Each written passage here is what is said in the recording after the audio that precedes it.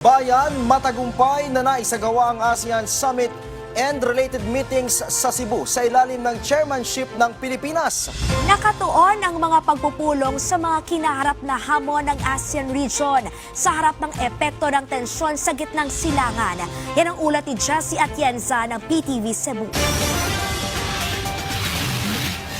Humarap sa media si Pangulong Ferdinand R. Marcos Jr. matapos pangunahan ang serye ng mga pagpupulong kasama mga heads of state sa itinaos na ASEAN Leaders Summit sa Cebu. Ipinagbigay alam ng Pangulo ang iisang tugon ng ASEAN leaders sa tensyon sa Middle East, kapayapaan. Ayon sa punong ehekutibo, napapanahon na upang itigil ang kaguluhan at pag-usapan ng mga bansang sangkot sa kaguluhan ang mga hindi pagkakaunawaan. Peace. It's that simple. Peace. We have made that position very clear. We have the foreign ministers, when they met previous to this summit, already put out that document calling for all parties to cease hostilities and to take a step back, open the Strait of Hormuz, and find a way for a lasting peace. This between U.S., Israel, and Iran. So that is something that is, I think, fundamental to any discussion about the war in the Middle East. That's the first step, because we will achieve absolutely nothing until there is peace.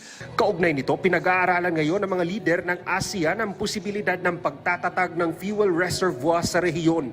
Ngunit marami pang kailangang ayusin gaya ng framework at mekanismo kung paano ito mapapakinabangan ng bawat bansa. Mechanics of it, the idea, the principle of it was immediately unanimously agreed upon. But it's how do we do it? But let's talk about this fuel reserve. Is it going to be in one single place? Is it going to be scattered through the whole of ASEAN? It's like the Maritime Center. Where are we going to put it? What is it supposed to do?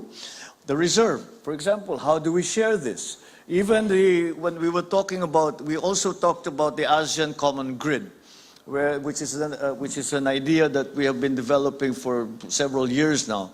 And that is to connect up power grids. Ibinalita naman ng Pangulo na palalakasin pa ng ASEAN leaders ang koordinasyon patungkol sa food security sa tulong ng pagpapalakas ng intra-ASEAN trade na inaasahang makakabenepisyo din sa mga maliliit na negosyante.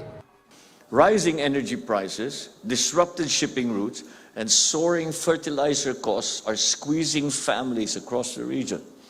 Leaders agreed to keep essential goods moving, maintain open and predictable markets, and strengthen intra-ASEAN trade, and reinforce regional food security mechanisms.